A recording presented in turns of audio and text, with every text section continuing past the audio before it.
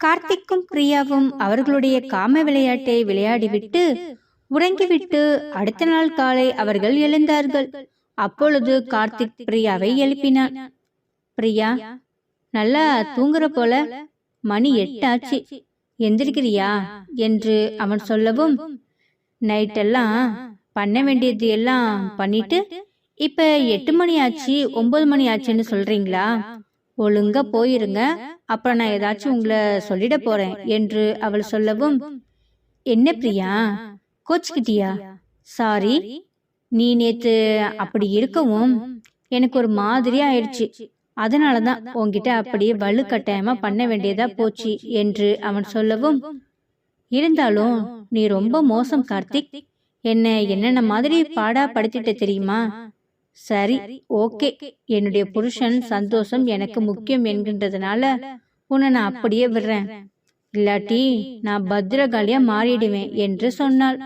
நீ பத்திரகாளியா அப்புறமா மாறு, இப்ப எனக்கு ஒரு கிளாஸ் காபி போட்டு கொடு ப்ளீஸ் என்று அவன் கேட்கவும், கொஞ்சம் வெயிட் பண்ணுங்க, நான் குளிச்சுட்டு உங்களுக்கு காப்பி போட்டு வரேன். ஆமா, அத்தை மாமாவும் எப்ப வருவாங்கன்னு சொன்னாங்க என்று கேட்கவும், பிரியா, அப்பா காலையில போன் போட்டாரு, உனக்கு இன்னொரு முக்கியமான விஷயம் என்ன தெரியுமா? நம்ம அனுவும் பிரகாஷும் நம்ம ஊருக்கு பக்கத்துல இருக்கிற ஊர் தான் பூர்வீக ஊராம், பிரகாஷ் ஊர், அதனால அங்க போறாங்களாம். இன்னொரு விஷயம், பிரகாஷ் வேற யாரும் இல்லையா, எங்க அப்பாவோட சிநேகிதன் பையன் தானா. அவங்களும் அனு அம்மா மாதிரியே ஒரே நேரத்துல ஆக்சிடென்ட் ஆகி இறந்துட்டாங்களாம். இது எல்லாமே நேத்து தான் அவங்களுக்கு இருந்திருக்கு. அதான் எல்லாரும் அந்த பூர்வீக ஊருக்கு போறாங்க. சரசக்கா கல்யாணத்துக்கு முன்னாடி நம்மளையும் கூப்பிட்டு இருக்காங்க, நம்மளும் கிளம்பணும், அதனால நம்ம சீக்கிரம் எல்லா வேலையும் முடிச்சுட்டு நம்ம அங்க ஊருக்கு போயிடலாம் என்று அவன் சொல்லவும், ஐ ஜாலி என்று அவள் சொல்லிக்கொண்டே அப்படியே ஊருக்கு கிளம்புவதற்கு அவள் தயாரானாள்.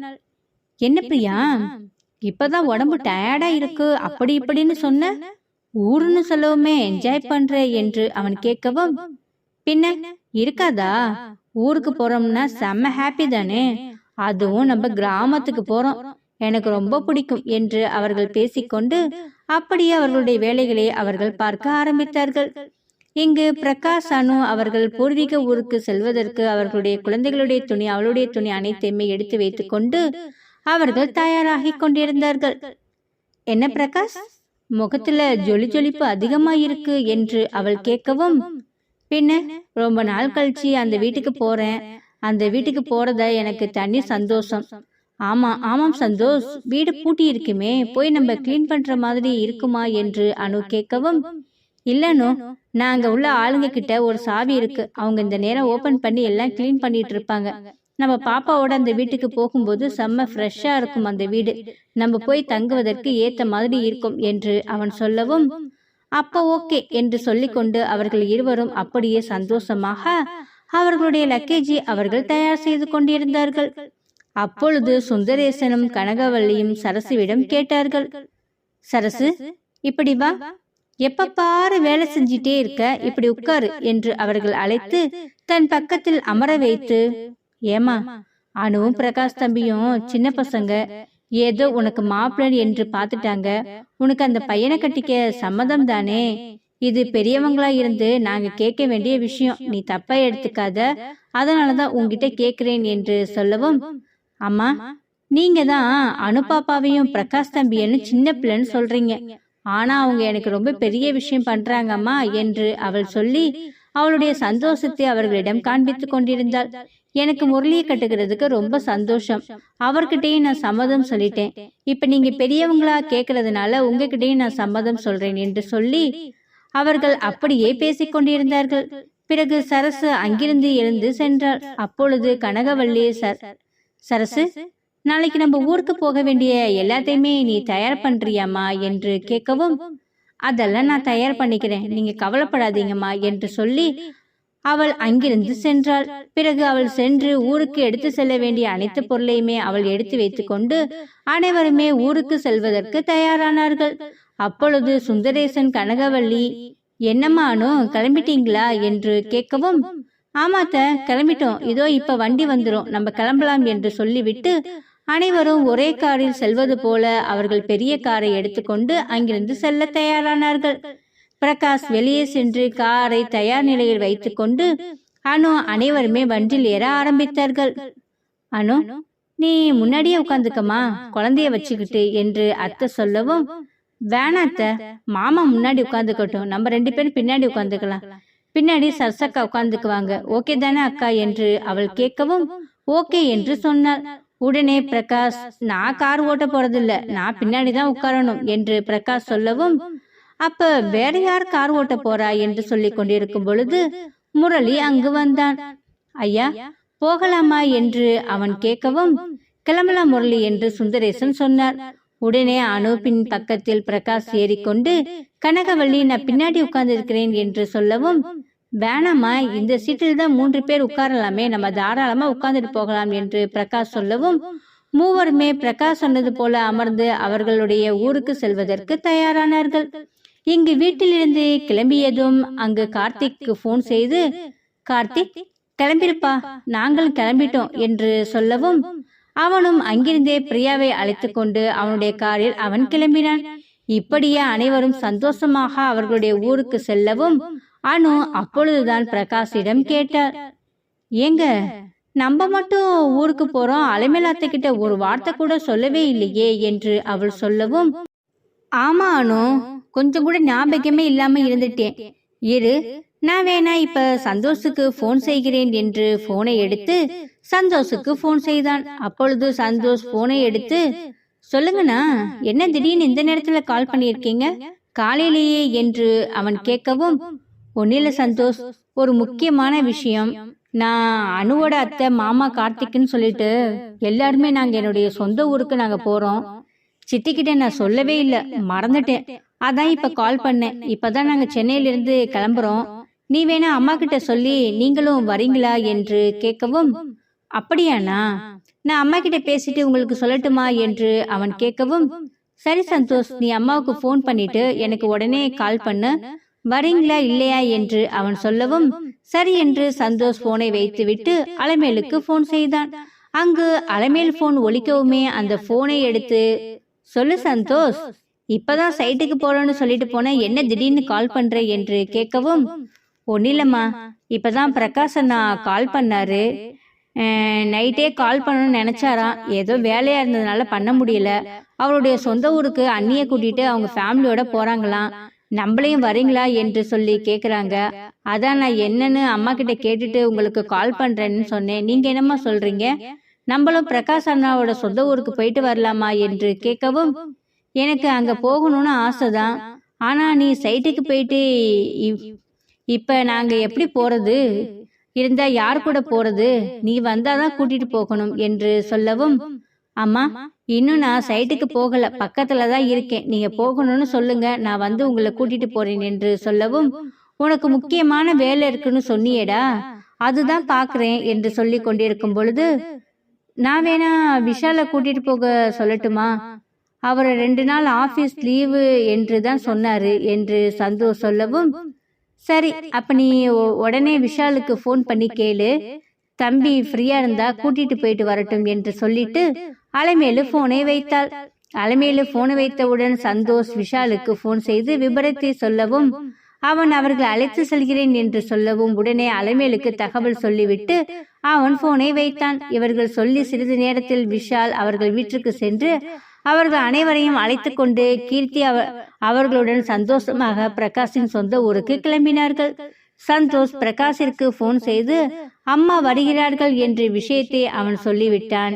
இப்படியே அனைவரும் அவர்களுடைய சொந்த ஊருக்கு சென்று கொண்டிருக்கிறார்கள்.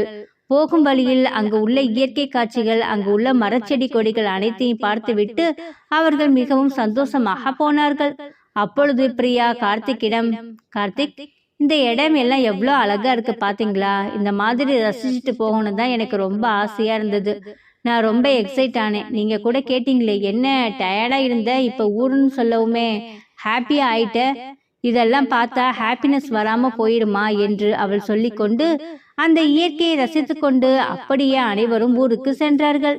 இங்கு கனகவள்ளி அலமேலு பிரகாஷ் அமர்ந்து கொண்டிருக்கும் பொழுது, அனுமா, பாப்பாவை ரொம்ப நேரமா கையிலேயே வச்சிட்டு இருக்க, என்கிட்ட வேணா குடு என்று கனகவள்ளி கேட்கவும், சரி என்று சொல்லி அந்த குழந்தையை வாங்கி கனகவள்ளி வைத்து கொண்டு அப்படியே அவள் தாங்கி பிடித்து கொண்டு வந்தாள்.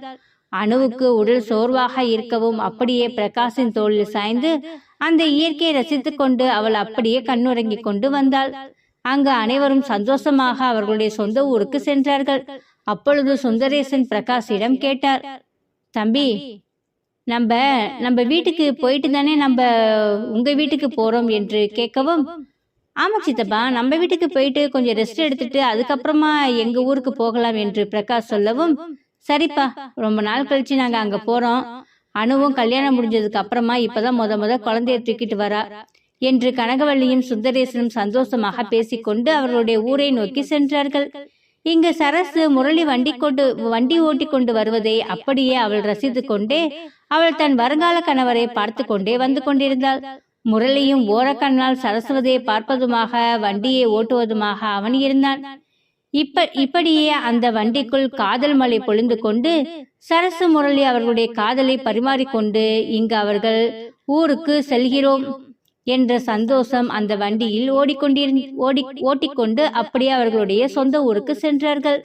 3 மணி நேர பயணத்திற்கு பிறகு அனைவருமே அவர்கள் ஊரை அடையவும் முதலில் கனகவள்ளி இறங்கி கடகடவென்று வீட்டினுள் சென்று தன் பேரப்பிள்ளைக்கு ஆரத்தி எடுக்க வேண்டும் என்று ஆரத்தியை கலைத்து கொண்டு வந்து பிரகாஷ், அணு, குழந்தை என்று மூவரையும் நிற்க வைத்து அவர்களை சுற்றி போட்ட பிறகு வீட்டுக்குள் அழைத்தார்கள். இவர்கள் வரப்போகிறார்கள் என்று சொல்லவுமே அந்த வீடு அங்கு உள்ளவர்களால் சுத்தம் செய்து வைத்திருந்தார்கள். தம்பி, நீங்க அனுப்பாப்பா அறை இதுதான், அங்க போய் நீங்க ரெஸ்ட் எடுங்க என்று சுந்தரேசன் சொல்லவும் பிரகாஷ் அணுவின் அறைக்கு சென்று அறையை பார்த்தான்.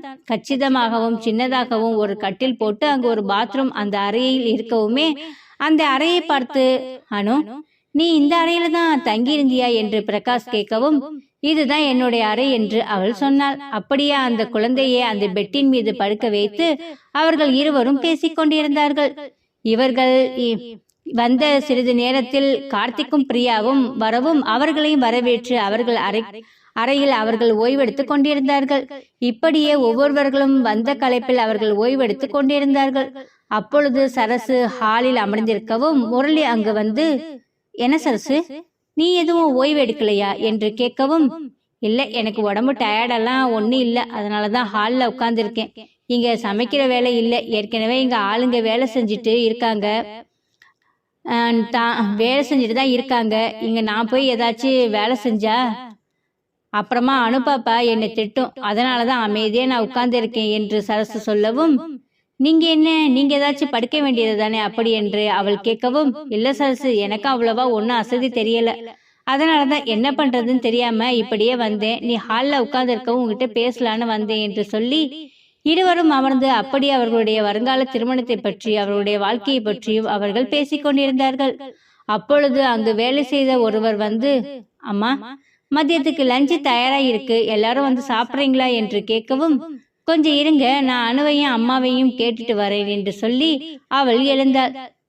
சரிங்க, எல்லாரும் சாப்பிட டைம் வந்துருச்சு, நீங்களும் கை கால் அலம்பிட்டு வாங்க, எல்லாருமே ஒன்னா உட்கார்ந்து சாப்பிடலாம் என்று சரசு சொல்லவும், அச்சச்சோ, அவங்க முன்னாடி நான் உட்கார்ந்து சாப்பிட்றதா, அது எப்படி என்று அவன் கேட்கவும், ஏன், சாப்பிட்டால் என்ன என்று கேட்டுக்கொண்டே பிரகாஷ் வெளியே வந்தான்.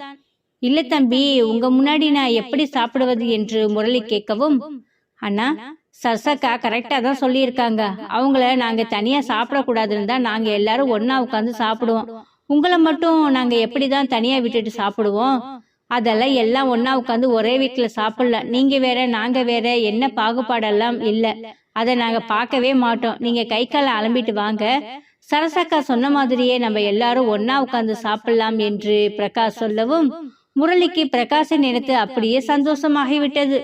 பிறகு ஒவ்வொருவரையும் அழைத்து கொண்டு சரசு இங்க குழந்தைகளை சரசு வாங்கி வைத்து கொண்டு அனைவரும் ஒன்றாக அமர்ந்து சாப்பிட்டு கொண்டிருந்தார்கள். உடனே அனு, சரசக்கா, அவ முழிச்சுதானே இருக்கா, அப்படியே அந்த ஹால்ல ஒரு விரிப்பை விரிச்சு அவளை போட்டு அவளை படுத்து கை காலை ஆட்டிக்கிட்டு படுத்திருப்பா, வாங்க நீங்களும் சாப்பிடலாம் என்று அனு சொல்லவும், ஆமா, பாப்பா சொல்றது கரெக்ட் தான். அவளை அப்படியே கீழே போட்டுட்டு வா. அவ பாட்டுக்கு கை காலை ஆட்டிக்கிட்டு படுத்து கிடப்பா. அதுவே அவளுக்கு கொஞ்சம் எக்ஸசைஸ் மாதிரி இருக்கும் என்று கனகவள்ளி சொல்லவும், அவர்கள் சொன்னது போலவே பாப்பாவே அந்த விரிப்பில் போட்டுவிட்டு சரசு அவர்களுடன் அமர்ந்து ஒன்றாக சாப்பிட்டார்கள். அனைவரும் ஒன்றாக சாப்பிட்டு அந்த வீடு கலகலவென்று இருக்கவும் சுந்தரேசனும் கனகவள்ளியும் ஒருவரை ஒருவர் பார்த்து கொண்டார்கள். அப்பொழுது, என்ன சித்தப்பா, என்ன ஒரே சந்தோஷமா இருக்கிற மாதிரி சித்திய பார்த்து அப்படியே பூரிப்பாயிருங்க என்று பிரகாஷ் கேட்கவும், ஒரு காலத்துல இந்த இடத்துல எப்படி கலகலன்னு உட்கார்ந்து சாப்பிட்டோமோ அதே மாதிரி இப்ப இருக்கிறத பார்க்கும்போது எனக்கு ரொம்ப சந்தோஷமா இருக்கு என்று சுந்தரேசன் சொல்லவும், இனிமேல் நம்ம வீட்டுக்கு சந்தோஷத்துக்கு பஞ்சமே இல்லாம இருக்கும் சித்தப்பா, நீங்க கவலைப்படாதீங்க என்று அவர்கள் அனைவரையும் அப்படியே பேசிவிட்டு அவர்கள் சாப்பிட அனைவரும் ஹாலில் வந்து அமர்ந்தார்கள். அப்பொழுது வீட்டு வாசலில் கார் வந்து நிற்கவும் அலமேலு சித்தி வந்து விட்டார்கள் என்று பிரகாஷ் சொன்னான். விஷால், கீர்த்தி, அலமேலு, சந்தோஷப்பா என்று நால்வரும் வரவுமே அவர்களை சுந்தரேசனும் கனகவள்ளி என்று அனைவரும் வரவேற்று உள்ளே வரவேற்றார்கள். வாங்க சம்பந்தி, வாங்க வாங்க, உங்களை தான் எதிர்பார்த்துட்டு இருந்தோம், நீங்களே வந்துட்டீங்க, எங்களுக்கு பசி தாங்க முடியல, இப்பதான் சாப்பிட்டோம், உங்களை நினைத்து கொண்டேதான் இருந்தோம் என்று சொல்லவும், அதுவா சம்பந்தி, வர வழியில கொஞ்சம் டிராபிக் ஆயிடுச்சு, அதனாலதான் என்று அவர்கள் சொல்லிவிட்டு சிறிது நேரம் அவர்களிடம் பேசிவிட்டு அவர்களுக்கென்று ஒதுக்கப்பட்ட அறைக்கு சென்று ரெஃப்ரெஷ் ஆகிவிட்டு அவர்களும் மதிய உணவை சாப்பிட கொடுத்த பிறகு அனைவரும் ஒன்றாக அமர்ந்து பேசிக் கொண்டிருந்தார்கள். அப்பொழுது கீர்த்தி அவர்களிடம் சொன்னாள், இந்த வீடு ரொம்ப அழகா இருக்கு, பழைய முறைப்படி அழகா தூண் வச்சு கட்டியிருக்காங்க, அதை பார்க்கும்போது எனக்கு ரொம்ப பிடிச்சிருக்கு, நான் இந்த வீடும் ஃபுல்லா சுத்தி பார்த்தேன், ஒவ்வொரு இடமும் அவ்வளவு அழகா வர்ணித்து காட்டுகிற மாதிரி இருக்கு என்று கீர்த்தி சொல்லவும், உடனே சுந்தரேசன், ஆமா கீர்த்தி, இது எங்க அப்பா காலத்துல கட்டின வீடு, அதனாலதான் இன்னமும் அப்படியே அந்த இது குறையாமல் அப்படியே இருக்கு என்று அவர் சொல்லவும், அது என்னமோ உண்மைதான் சித்தப்பா, அந்த காலத்துல வீடுனா அந்த காலத்து வீடுதான் என்று அவர்கள் அந்த வீட்டை பற்றி அப்படியே பேசிக் கொண்டிருந்தார்கள். உடனே கீர்த்தி, அண்ணா, அப்ப உங்களுடைய வீடும் இப்படிதான் ஊர்ல இருக்கும் என்று அவள் கேட்கவும், ஆமாம் ஆமாம், எங்க வீடும் இதே மாதிரிதான் இருக்கும் என்று பிரகாஷ் சொன்னான். ஆமா தம்பி, குணசேகரன் வீடுமே இப்படிதான் இருக்கும், அவங்க அப்பாவும் அப்படித்தானே கட்டி இருப்பாரு என்று சுந்தரேசன் சொல்லவும், நான் பார்த்திருக்கேன் என்று அவர் சொன்னார். இப்படியே அனைவரும் பேசிவிட்டு சுந்தரேசனும் பிரகாஷிடமும், தம்பி, நம்ம நாளைக்கு காலையில உங்க ஊருக்கு கிளம்பலாமா, கிளம்பிட்டு அங்க ஒரு 2 நாள் இருந்துட்டு அதுக்கப்புறமா அப்படியே நம்ம சென்னைக்கு கிளம்பலாம் என்று அவர் சொல்லவும், ஆமா சித்தப்பா, நானும் அதுதான் சொல்லலான்னு இருந்தேன், அது வரைக்கும் இந்த ஊரை யாரெல்லாம் சுத்தி பார்க்கணும்னு ஆசைப்படுறீங்களோ அவங்க எல்லாம் சுத்தி பார்த்துக்கோங்க என்று சொல்லவும், அண்ணா, நான் சுத்தி பார்க்கணும் என்று அவர் கீர்த்தி சொல்லவும், உடனே பிரியாவும் நானும் சுற்றி பார்க்க வேண்டும் என்று அவள் சொன்னாள். எல்லாரும் இந்த சிட்டியில பிறந்து வளர்ந்துட்டு இந்த பிள்ளைங்க கிராமத்தை பார்க்கவும் எப்படி சுத்தி பார்க்கணும்னு ஆசைப்படுறாங்க பாரு என்று கனகவள்ளி சொல்லவும், பசங்க எல்லாம் அப்படிதான் ஆசைப்படுவாங்க, சரி அவங்க ஆசைப்படி கீர்த்தியும் பிரியாவையும் கார்த்திக் விஷால் கூட்டிட்டு அவங்க இந்த ஊரை எல்லாத்தையும் சுத்தி காமிச்சிட்டு வந்துருவாங்க, நம்ம நாளைக்கு கிளம்பலாம் இல்லை என்று சொல்லவும், நான் இந்த ஊரை சுற்றி பார்ப்பேன், எங்க பிரகாஷ் அண்ணா ஊரையும் சுத்தி பார்ப்பேன் என்று கீர்த்தி சொல்லவும், உடனே அலமேலு, ஆமா, நீ எல்லா ஊரையும் சுத்தி பாரு, இப்ப உனக்கு எங்க போக இஷ்டம் இருக்கோ இவங்களை கூட்டிட்டு போயிட்டு வா நல்லபடியா என்று அலமேலு சொல்லவும், உடனே பிரியாவும் கீர்த்தியும் எழுந்து நின்று, சரி நாங்க போய் சுத்தி பார்த்துட்டு வரோம் என்று சொன்னார்கள். அப்பொழுது கீர்த்தி, அண்ணி நீங்க வரலையா என்று கேட்கவும், நான் ஆல்ரெடி இந்த ஊரையே சுத்தி தாண்டி வந்தேன், எனக்கு இந்த ஊர்ல எல்லாமே அத்துப்படி, அதனால நீங்க போய் பார்த்துட்டு வாங்க என்று அனு சொல்லவும், ஆமல, நீங்க இங்கதான் பிறந்து வளர்ந்தீங்க, நான் சுத்தமா மறந்துட்டேன் என்று சொல்லிவிட்டு பிரியாவும் கீர்த்தியும் கார்த்திக் விஷாலை அழைத்து கொண்டு அவர்கள் ஊரை சுற்றி பார்க்க சென்றார்கள். இங்கு சைட்டுக்கு வந்த சந்தோஷும் காயத்ரியும் அவருடைய வேலையை பார்த்து கொண்டிருந்தார்கள். பிறகு சந்தோஷ் தன் காயத்ரியிடம் அந்த விஷயத்தை சொன்னான். காயத்ரி, இன்னைக்கு அம்மா அப்பா தங்கச்சின்னு சொல்லிட்டு எல்லாருமே பிரகாசன் ஊருக்கு போயிருக்காங்க, எனக்கு இந்த சைட்டு வேலை இருந்ததுனாலதான் நான் போகல என்று சொல்லவும், அப்படியா, ஏன் நீங்களும் போயிருக்க வேண்டியது தானே, நான் இந்த வேலையெல்லாம் பார்த்திருப்பல என்று காயத்ரி சொல்லவும், உன்னை மட்டும் தனியா விட்டுட்டு எனக்கு போக மனசு இல்ல, அதனாலதான் நான் போகல, இப்ப நல்லபடியா வேலை முடிஞ்சிச்சு, இதுவே எனக்கு சந்தோஷமா இருக்கு என்று இருவரும் பேசிக் கொண்டு இருந்தார்கள். சந்தோஷ், உங்களுக்கு அங்க போகணும்னு ஆசையா இருந்தா நீங்க கிளம்பி போங்க, நான் இந்த வேலையெல்லாம் பாத்துக்கிறேன் என்று சொல்லவும், நான் மட்டும் போகணும்னு ஆசை இல்ல, உன்னையும் கூட்டிட்டு போகணும் தான் ஆசை, ஆனா அப்பாவும் அம்மாவும் இங்க தனியா இருக்காங்க இல்ல, அவங்கள விட்டுட்டு உன்னால வர முடியாதில்ல என்று சொல்லவும், அவள் சிறிது நேரம் யோசித்து விட்டு, சந்தோஷ், அம்மாவும் அப்பாவும் ஏதோ வேலை இருக்குன்னு சொல்லிட்டு ஊருக்கு போறேன்னு சொன்னாங்க. நாளைக்கு அவங்கள வேணா நம்ம ஊருக்கு அனுப்பிட்டு நான் வேணா உங்க கூட வரவா என்று காயத்ரி கேட்கவும், நிஜமாலுமா என்று என்ன வேலை என்று சொல்லவும், தெரியல, அவங்களோட ஐடி ப்ரூஃப் எல்லாம் இங்க மாத்தணும்னு சொல்லிட்டு அந்த வேலைக்காக அங்க போறேன்னு சொன்னாங்க. நீ வேணாமா, அங்க உள்ள ஆளுங்க கிட்ட நாங்க பேசிட்டோம், நானும் அப்பாவை மட்டும் போயிட்டு வரணும்னு சொன்னாங்க. அவங்க 2 பேருக்கும் ஒரு காரை புக் பண்ணி கொடுத்துட்டா போயிட்டு ஒரு 2 நாள் அந்த வீட்டுல தங்கிட்டு அப்புறமா அவங்களே ஒரு கார் புக் பண்ணி இங்க வந்துருவாங்க என்று காயத்ரி சொல்லவும், அப்படியா, அப்படின்னா சரி காயத்ரி, நீ வீட்டுக்கு போயிட்டு அத்தைக்கு மாமாவுக்கு கார் புக் பண்ணி அவங்கள ஊருக்கு அனுப்பிட்டு நீ எனக்கு கால் பண்ணு, நானும் ரெடி ஆயிடுறேன், நம்ம 2 பேரும் போகலாம். இந்த விஷயத்த நான் அண்ணன்கிட்டையும் அம்மா கிட்டையும் சொல்றேன் என்று சொல்லவும், சரி சந்தோஷ், அப்ப நான் வீட்டுக்கு கிளம்புறேன் என்று காயத்ரி சொல்லவும், இரு, நானே உன்னை கொண்டு வந்து டிராப் பண்ணிட்டு போறேன் என்று சொல்லிவிட்டு இருவரும் சந்தோஷமாக பேசிக் கொண்டிருந்தார்கள். அந்த காரில் அவர்கள் வீட்டை நோக்கி சென்று காயத்ரியை வீட்டு வாசலில் இறக்கிவிட்டு சந்தோஷ் வீட்டிற்கு சென்றான். வீட்டிற்கு சென்ற பிறகு சந்தோஷ் அலமேலுக்கு போன் செய்து காயத்ரி சந்தோஷ் அங்கு வருகிற விஷயத்தை அவர்கள் சொல்லவுமே அலமேலு மிகவும் சந்தோஷமாகிவிட்டது. நான் கூட உன்னை தனியா விட்டுட்டு வந்துட்டேன்னு நினைச்சிட்டு இருந்தேன், நல்ல வேலை நீயே வர, அதுவும் என் மருமகளை கூட்டிட்டு வர, அவளை அந்த ஊரை காமிக்கணும்னு தான் நான் ஆசைப்பட்டேன், நீ கூட்டிட்டு வர்றது எனக்கு ரொம்ப சந்தோஷமா தான். ஆமா ஆமா, அவங்க அம்மா அப்பா என்று கேட்கவும், அவங்க வேலை விஷயமா அவங்க ஊருக்கு போறாங்கம்மா என்ற விஷயத்தை அவர்களிடம் சொல்லவும், சரி பார்த்து பத்திரமா வா என்று அலமேலு சொல்லிவிட்டு போனை வைத்தாள். அதே போல பிரகாஷ், சரி சந்தோஷ், பார்த்து காயத்ரி கூட்டிட்டு 2 பேரும் வாங்க என்று சொல்லிவிட்டு பிரகாஷ் போனை வைத்தான். இந்த விஷயத்தை அனுவிடமும் பிரகாஷ் சொன்னான். அவள் மிகவும் சந்தோஷப்பட்டாள். இங்கு வீட்டுக்கு சென்ற காயத்ரி அம்மாவுக்கும் அப்பாவுக்கும் ஒரு காரை புக் செய்து அவர்களை ஊருக்கு அனுப்பி வைத்து விட்டு சந்தோஷுக்கு போன் செய்து அவர்கள் ஊருக்கு சென்று விட்ட விஷயத்தை சொல்லவும் அவனும் அங்கிருந்து தயாராகி காயத்ரியை அழைக்க வந்தான். இங்கு காயத்ரி ரெடியாக இருக்கவுமே அவன் வரவுமே அவளுடைய லக்கேஜை எடுத்து காரில் வைத்து விட்டு அவளும் சந்தோஷிடம் அந்த காரில் ஏறி இருவரும் அப்படியே சந்தோஷமாக பேசிக்கொண்டு அவர்கள் சென்றார்கள். போகும் வழியில் வயல்வெளியில் அனைத்தையுமே பார்த்து சந்தோஷமாகிவிட்டு, என்ன காயத்ரி, என்ன காயத்ரி, பச்சை பசேல் என்று வயல்களை பார்க்கவுமே ரொம்ப எக்ஸைட்டா இருக்க போல என்று சந்தோஷ் கேட்கவும், இல்ல இதெல்லாம் பார்த்துருக்கேன், ஆனா இப்படி உங்க கூட தனியா கார்ல உட்காந்து இயற்கையெல்லாம் பார்க்கும்போது எனக்கு என்னமோ ரொம்ப சந்தோஷமா இருக்கு என்று அவள் சந்தோஷ் தோளில் சாய்ந்து கொண்டு அப்படியே அந்த இயற்கையின் அழகை ரசித்து கொண்டே வந்தாள். அவர்கள் மாலை கிளம்பியதால் அன்று வானம் மேகமூட்டமாகவே இருந்தது. என்ன சந்தோஷ், ஏதோ மழை வர மாதிரி இருக்கு என்று அவள் கேட்கவும், ஆமாம் காயத்ரி, என்னன்னு தெரியல, மழை வர மாதிரி தான் இருக்கு, நீங்க மழையில டிரைவ் பண்ண முடியுமா என்று அவள் கேட்கவும், தெரியல, மழை வருதான்னு பார்க்கலாம், இன்னும் ஒரு 2 மணி நேரம் இருக்கு நம்ம வீட்டுக்கு போய் சேருவதற்கு, எப்படியும் இப்ப வண்டியை ஓட்டிட்டு போனா 8 மணிக்கு போயிடுவோம், மணி இப்பதான் மணி 6 ஆகுது, மழை வந்துருச்சுன்னா நம்ம அந்த டயத்துக்கு போக முடியுமான்னு தெரியல, நானும் வண்டியை முடிஞ்ச அளவுக்கு கொஞ்சம் ஸ்பீடா ஓட்டுறேன் என்று சொல்லிக்கொண்டு சந்தோஷ் காரை ஓட்டியிருந்தான். அவள் நினைத்தது போலவே மழையும் அது விரைவாக பெய்ய ஆரம்பித்தது. என்ன சந்தோஷ், சொன்ன மாதிரியே மழை இவ்வளோ ஜோரா பெய்து, ரோடே தெரியல என்று அவள் கேட்கவும், ஆமாம் காயத்ரி, எனக்கே ரோடு தெரியல, டிரைவ் பண்ண முடியல, நம்ம வேணா ஒரு பெட்ரோல் பங்க் இல்லாட்டினா கொஞ்சம் ஓரமா பார்த்து வண்டியை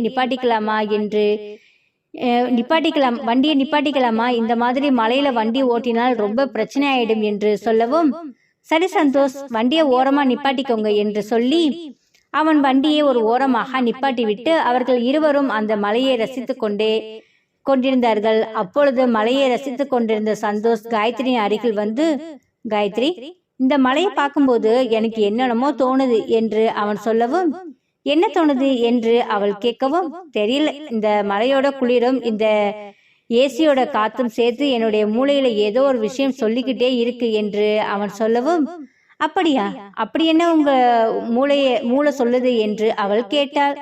தெரியல, என்னுடைய காயத்ரி பக்கத்துல போகணும், அவளை கட்டி பிடிக்கணும், அவளுக்கு இறுக்கமா ஒரு முத்தம் கொடுக்கணும் எனக்கு தோணுது என்று சொல்லவும், சந்தோஷ், நோ அதெல்லாம் வேணாம் என்று அவள் சொன்னாள்.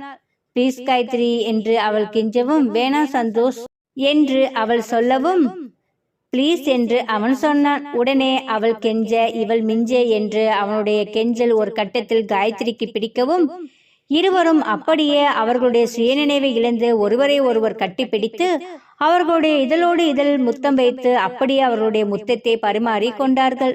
குளிருக்கு இதமாக அந்த ஏசிக்கு இதமாகவும் அவர்களுடைய முத்தம் அவர்களுக்கு மிகவும் சுவையாகவும் தித்திப்பாகவும் இருக்கவும் அவர்களுடைய முத்தத்தை அப்படியே பரிமாறி கொண்டிருந்தார்கள். ஒரு கட்டத்திற்கு பிறகு அவர்களுடைய முத்தம் மிகவும் அதிகமாக இருக்கவும் அப்படியே சந்தோஷ் அவளுடைய இதழை உறிஞ்சி எடுத்து விட்டான். வெகு நேரம் கழித்து காயத்ரியுடைய இதழுக்கு அவன் விடை கொடுக்கவும் காயத்ரிக்கு என்னமோ போல ஆகிவிட்டது. போங்க சந்தோஷ், முத்த கொடுக்கிறேன்னு சொல்லிட்டு இப்படி என்னுடைய உதட்டை கடிச்சு எடுக்கிற மாதிரி பண்ணிட்டீங்களே என்று அவள் கேட்கவும், என்னன்னு தெரியல, இந்த குளிருக்கு இதமா உன்னுடைய இதழுக்கு முத்தம் கொடுக்கவும் எனக்கு ரொம்ப இதமா இருந்துச்சு என்று அவன் சொல்லவும் அவர்கள் முத்தம் கொடுத்து முடிக்கவும் அந்த மழை நிற்கவும் சரியாக இருந்தது. சரி காயத்ரி, மழை விட்டுருச்சு, நம்ம கிளம்பலாமா என்று சொல்லவும் அவளும் சரி என்று சொல்லிவிட்டு அப்படியே சந்தோஷ் தோளில் சாய்ந்து கொண்டு அவர்கள் கொடுத்த முத்தத்தை நினைத்து அவர்கள் சந்தோஷமாக ஊருக்கு சென்று கொண்டிருந்தார்கள். அனுப்பிரகாஷ் என்று அனைவருமே அவர்களுடைய சொந்த ஊருக்கு சென்று இப்பொழுது சுந்தரேசன் வீட்டில் அவர்கள் அனைவரும் சந்தோஷமாக இருக்கிறார்கள். அடுத்த நாள் காலை பிரகாஷ் ஊருக்கு செல்வதற்கு அனைவருமே தயாராக இருக்கிறார்கள். இங்கு கீர்த்தியும் பிரியாவும் கிராமத்தை பார்க்காததால் நாங்கள் கிராமத்தை சுற்றி பார்க்க போகிறோம் என்று அவர்கள் இருவரும் சந்தோஷமாக சுற்றி பார்க்க சென்று விட்டார்கள். இங்கு காயத்ரியும் சந்தோஷும் சென்னையில் இருக்கவும் அவர்களும் பிரகாஷ் ஊருக்கு செல்ல வேண்டும் ஆசையில் இருவரும் அவர்களுடைய அம்மாவையும் அப்பையும் ஊருக்கு அனுப்பிவிட்டு அவர்களுடைய காரில் இருவரும் சந்தோஷமாக பிரகாஷின் ஊருக்கு செல்கிறார்கள். மழையின் காரணமாக வண்டியை நிப்பாட்டவும் அந்த மழை அவர்களுக்கு ஏதோ ஒன்றை நினைவுபடுத்தவும் காயத்ரியுடைய இதழை அவன் கவ்வி அவளுக்கு இதமாக முத்தத்தை கொடுத்து அந்த முத்தத்தை ரசித்து அப்படியே அவர்கள் ஊருக்கு செல்கிறார்கள். முரளியிடம் சரசு ஹாலில் அமர்ந்து பேசிக்கொண்டு அனைவரும் ஒன்றாக சாப்பிடலாம் என்று சரசு சொல்லவும் அதை வேண்டாம் என்று முரளி மறுக்கவும் அதை கேட்ட பிரகாஷ் அனைவரும் ஒன்றாக சாப்பிடலாம் என்று சொன்ன வார்த்தை முரளிக்கு மிகவும் சந்தோஷமாக இருந்தது. இப்படியே அன்று ஒவ்வொருவரும் ஒவ்வொரு சந்தோஷத்தை அனுபவித்துக் கொண்டு அன்றைய நாளை அனைவருமே மிக சந்தோஷமாக கழித்தார்கள். இவர்கள் அனைவரும் பிரகாஷின் ஊருக்கு சென்று மிகவும் சரசு முரளியின் திருமணத்தை இவர்கள் அனைவரும் சந்தோஷமாக கொண்டாடுவார்களா? இது அனைத்தையுமே நம்ம பொறுத்திருந்து தாங்க பார்க்கணும். எப்ப தெரியுமா? நெக்ஸ்ட் எபிசோட்ல பார்க்கலாமா? இந்த கதை உங்களுக்கு பிடிச்சிருந்துச்சுன்னா இந்த கதைக்கு ஒரு லைக் அண்ட் ஷேர் கொடுத்துட்டு மறக்காம நம்மளுடைய சேனலை நீங்க சப்ஸ்கிரைப் பண்ணிக்கோங்க. அப்படியே பக்கத்துல இருக்கிற பெல் பட்டனே ஆல்னு கொடுத்துக்கோங்க. அப்பதான் இந்த மாதிரி இன்ட்ரெஸ்டிங்கான வீடியோ போடும் போதெல்லாம் உங்களுக்கு நோட்டிபிகேஷன் வரும். இந்த கதையோட நெக்ஸ்ட் எபிசோட் நாளைக்கு பார்க்கலாம். தேங்க்யூ.